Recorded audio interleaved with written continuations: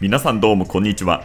文系アクアリストのハテナです。はい、ということでですね、今回はこの60センチ排水槽ではなく、右の植物でもなく、画面左上です。こちらのブラインド前にある組織培養カップのお話になります。実はこれ3週間ほどずっと放置をしていたブセファランドラの組織培養カップです。水槽に入れたかったのですが、放置していたのには理由があります。はい、実はこの60センチ排水槽のブセが溶けたんですよね。かろうじて残っている部分もありますが、ほとんど溶けました。で、これコメントをいただきまして、おそらく立ち上げ初期の水質に問題がなかろうかということで、立ち上げ初期はバクテリアが定着しておらず、アンモニアや亜硝酸を処理できない、ソイルの一部に ADA のアマゾニアを使っていて、それが原因でブセが溶けたのかなと思っています。で、こちらのブセなんですが、セールになっていたので衝動買いをしました。こちらがクラガンですね。1500円ってこれ安くないですか？結構株数もありそうです。今度暇な時に何株あるか数えてみましょうか。で、もう一つは初めて購入した種類です。これバタンカワって書いてありますね。こちらも1500円でした。安くて買ったはいいんですが、これさすがに放置したままでは良くない。で、これだけではなく、こちらの水槽にもこんなものが。フリマアプリで購入したファントムミニを漬け込んでいます。かなり大量にいただいたので、こんな風に水中に入れたり、また水草ストックの瓶に腰高にして管理したりしています。で、さらに他にはこんな感じで保存しています。これは苔と一緒に育成中です。苔の水分で乾燥せず成長するかもしれないと、こんな風にいろんな方法でブセの栽培を試しています。とにかく最近ハマっているブセをうまく管理したいと思っていまして、で、組織培養カップのブセですが、せっかくなので他の方法も試したいということで用意したのがこちらです。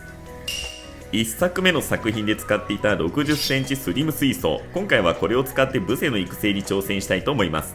ただこれにブセを入れただけでは芸がないということで、こちらを用意しました。前回動画に引き続き登場のポリカーボネート版です。いやもうほんとね、これとにかく安くて使い勝手のいいポリカ版で、前回動画の素材と一緒に注文していました。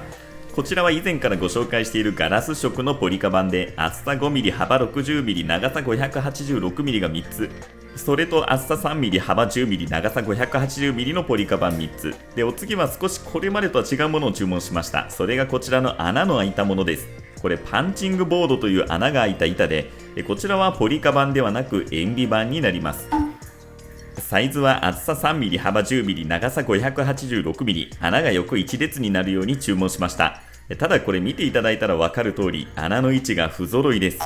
実はこれ注文時にどうにか穴を板の中心に持ってこれないかと、相談したんですけど、どうしても無理なようで運任せにしました。とりあえず使えそうではあるので安心しました。で、これらをどう使うかと言いますと、こんな風に水槽に段を作りたいと考えました。ショップのわび草とかこんなところに置いてますよね。あんな感じの段々畑にしていこうと思います。と思ったんですが、これ下段が明らかに強度不足だということに気づきました。上段は水槽の背面と側面の3点で固定できるんですが、1段目は側面しか接着できないことになってしまいます。これでは無理だということで急遽案の変更をします。段々畑のようにずらさず、上段下段とも背面にくっつけたいと思います。だいたい想定通りにはいかないが、こんなもんです。では早速先ほどのパーツを組み合わせていきます。まずは 10mm 幅のポリカ板とパンチングボードを組みます。こんな風にパンチングボードをポリカ板で挟み込む感じですね。この字型にして接着していきたいと思います。で、前回と同じようにポリカ板用の接着剤を使います。またしてもこいつを使わなければいけない。これ私が下手なのか本当に扱いが難しいんですよね。ちなみにこちらは当然塩ビ板にも使えます。液剤を流し込んだら数秒で接着します。で、なぜかまた出なくなってしまいました。これすぐに接着してくれて便利ではあるんですが、私が下手なのかいまいち使いづらいんですよね。先が詰まるのか出てこない時が結構あるんですよ。で、これよくわかりませんが、しばらくしたら出るようになりました。ここさえ改善したらめっちゃいいので、この辺りが残念ですよね。で、ここでミスしたことに気づきます。接着する位置を間違えました。幸い接着してすぐだったのでなんとか外せました。改めて接着をしてこんな感じになりました。とりあえずこの字型パーツは完成です。で、お次はもう一つのパンチングボードとポリカ板で L 字にします。こちらは穴の位置が微妙だったので少しずらして接着します。で、この L 字パーツを先ほどの板に取り付けます。この作業後にノズルの先が詰まってとうとう出なくなりました。まあ今思うと前後に何度も動かすことでノズルが詰まったのかなと思います。一発でスッと流し込むのがコツですね。で、こんな感じのパーツになりました。うまく出なかったりしましたが接着剤とはおさらばです。で、こんな風になりました。上段の板の下に穴が開いたボードが来ています。もうなんとなく何をしたいのかお分かりだとは思います。ちなみに下段はこのように2つの板をつなげて段々畑にしています。もう最初からこの幅の板を注文すればよかったですよね。で、これを水槽に接着していくわけなんですが、今回はこちらを使いません。はい。これ黒だと目立つしでかいので細かいところは使いにくいんですよね。で、今回はこちらバスコーク N を買ってきました。これ防カビ剤は入っておらず何より水槽と書いてある安心感ですよね。マスキングテープまで入っていて、これお値段確か900円ぐらいでした。まあせっかくなので綺麗に仕上げていきたいですよね。こんな風に水槽との接着面に流し込んでいきます。こういう作業は本当に私ね苦手なんですよね。今までうまくできた試しがありません。でもしっかり準備をしたので綺麗に作っていきたいと思います。こんな風に流し込んだら付属のヘラで余分な液剤を取ります。これのコツは1回でやりきることです。そうしないとダマになって逆に汚くなるんですよね。で、後で説明書を読んだら書いてました。はい、いや説明書を読まない私はいつもこうなってしまいます。動画越しに見てもダマになってるのがわかります。やっちゃったもんは仕方ないので次に進みたいと思います。で、あとはすぐにマスキングテープを外します。で、これもやってて思ったんですが、マスキングは私の場合は不要でした。不器用な私は剥がす時に周りに付着させてしまうんですよね。マスキングの意味がありません。上手い人ならマスキングも上手に使うんでしょうが、私みたいな不器用な人間は作業工程が少ない方がいいんです。正直全然綺麗じゃありません。気を取り直して上段に行きます。こちらはマスキングなしでいきたいと思います。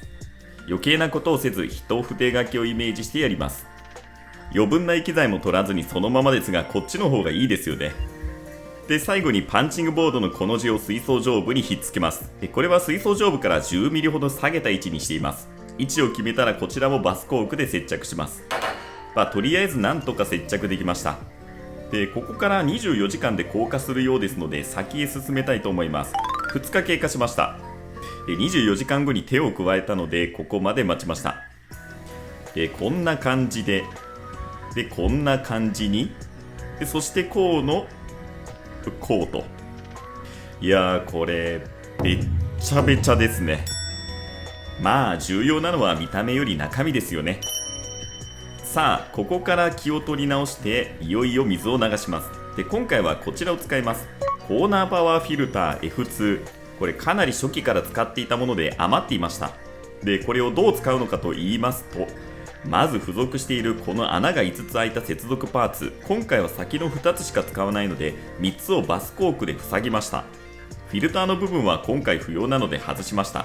ただヘッド部分だけだと安定しなかったので結局フィルター部も使うことにしました。で、ここからエアチューブを入れていくんですが、これが難しかったですね。チューブを接続する L 字のパーツとか買っておけばよかったです。この辺りはもっと案を練ってからやるべきだったかもしれません。で、結局上下2段ともチューブを入れることができました。私は面倒でしなかったんですが、チューブを差し込んだ部分をコーキングすべきかもしれません。あとは注水をしてフィルターのスイッチを入れます。では行きますよ。スイッチオン。さあ、どうだこれ。流れてはいる？いや、どうだ？一応一番上の穴から出てるような気がするんですが、どうだ？いや、微妙。これね、皆さんお気づきかもしれません。穴が小さいのと多すぎるんですよね。水圧が分散しすぎて思ったように出ないんですよね。いや、皆さんこれどうでしょうか？想定通りとはいかなかったですが、これもいいかなと思います。穴を大きくするのは面倒ですし、穴を塞ぐのもまた時間がかかります。想像していたのは水が穴からピューッと出る感じ。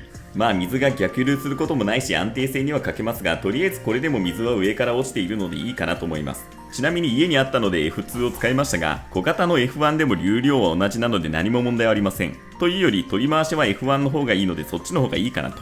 ミスト発生器とか入れたらもっとそれっぽくなるのかなと思いますが、いろいろ改良の余地だらけですが、とりあえずブセが待っているので入れるとしましょう。こちらのクラガンとバタンカワを溶岩石に巻き付けます。ビニタイか接着剤でつけるだけなのでカットしたいと思います。はい、とりあえずできました。なんとなく水苔と一緒に配置してみました。その方が乾燥が防げていいのかなと思います。で、これで水上栽培できますでしょうかね。ちなみに下がクラガンで上がファントムミニ。上からの水が落ちることでしぶきになってくれれば大丈夫かなと思います。こればっかりはやってみないとわからないですよね。こちらはバタンカワ。当然ですが上段よりも下段の方が水がかかります。常に新しい水が上から注がれてくるのがポイントです。これならブセ以外の水草も管理できそうですね。ちなみにライトは12時間点灯の予定です。蓋もガラス蓋とポリカ板で覆っています。隙間はありますがある程度湿度を保ってくれるのではと思っています。冒頭でもご紹介した通りいろんな方法でブセを管理しています。水草の栽培はいろんな方法があって人それぞれ。私はとりあえず自分でやってみないと納得しないタイプです。これからも自分なりに実験していきたいと思います。ということで今回はブセ栽培用の水槽を作ってみたということで下手くそでしたがご紹介させていただきました。おそらく皆さんならもっと上手にされるんじゃないかなと思います。ぜひそのあたりの改善点などもコメントしていただけたら嬉しく思います。本日も最後までご視聴ありがとうございました。ぜひ高評価、チャンネル登録もよろしくお願いいたします。それではまた。